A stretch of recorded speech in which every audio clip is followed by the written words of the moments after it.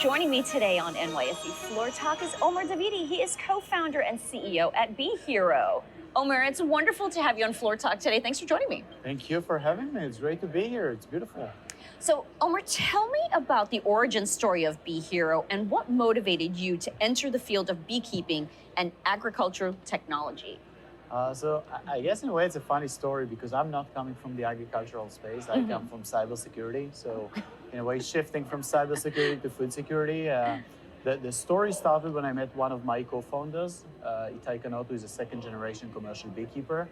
And through his eyes, I managed to understand a little bit more about the beekeeping world and the fact that the bees are dying and we need to do something about it. And then together with two more co-founders, we decided to deal with the issue. Okay, so now tell me, what are some of the challenges you've faced and what investments have you made to overcome these challenges?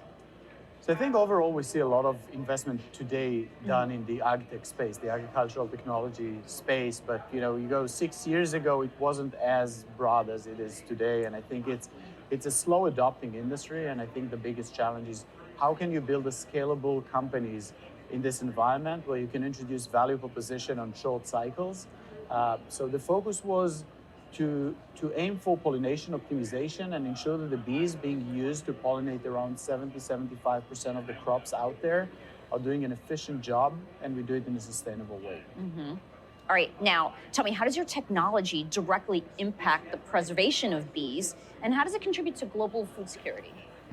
So we developed a low-cost IoT sensors that goes into an existing beehive. So you don't need to make any modifications to the way beekeepers are operating their hives. And by collecting things like temperature, humidity, sound, and so on from inside the hive, we can early detect and predict things that will cause those colonies to collapse or get weak. And then by getting the beekeepers intervene on time, we help to get those colonies basically thrive and become very, very efficient. As I mentioned before, the majority of crops, the majority of food production depends on bees. Without bees visiting those flowers and pollinating them, we don't get any outputs. So colony collapse disorder, the mortality rates of bee colonies does not only affect honey prices, which is sad, it also affects food production. And by leveraging technology today in hives, ensuring the process of pollination is done well, we support food production and food security. And Omer, tell me, what's next for the company? What's your vision for the future of BeeHero? So in the early days of BeeHero, the main focus was to get access to data. Data did not exist in this space. It came from very sophisticated experiments on handful of hives.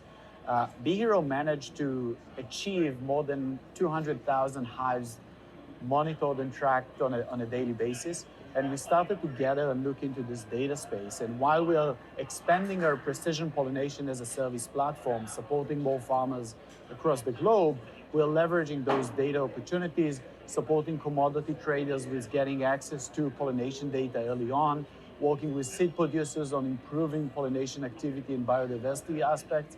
So there's a lot of areas in this world that didn't exist before that we are now looking into deeper and looking for interesting opportunities.